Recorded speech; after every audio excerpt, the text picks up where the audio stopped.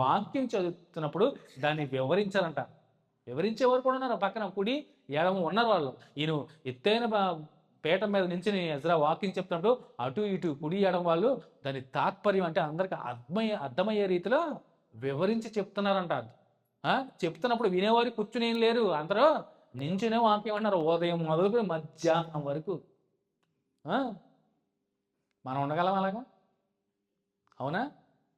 కీర్తన పాడడాకంటే ఎక్కడి నుంచో వాళ్ళ కాళ్ళే కదని ఎక్కడ నేను నించో వాక్యం చెప్తలేదా గంట.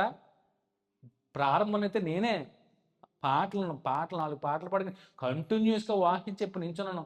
మరి నాకెంత పెయిన్ రావాలి? మీకు అర్థమవుతుందా? నాకెంత నొప్పి రావాలి, నాకెంత పెయిన్? కానీ దేవుడే నడిపించింది.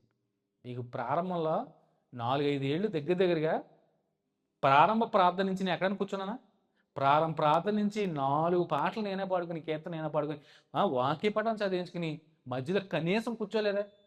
కంటిన్యూస్గా నేను 10ంటికి ఎక్కానంటే పుల్పిట్ 1 గంట 12:30 1 గంట. మరి నా పరిస్థితి కీర్తన పాడడానికి రన్నామంటే అయ్యి బాబు కాళ్ళు ఎగతాయేమో, ఎక్కడి నుంచి చదువుతుందేమో, బాబు ఏంటి కాళ్ళు పీకేస్తాయేమో.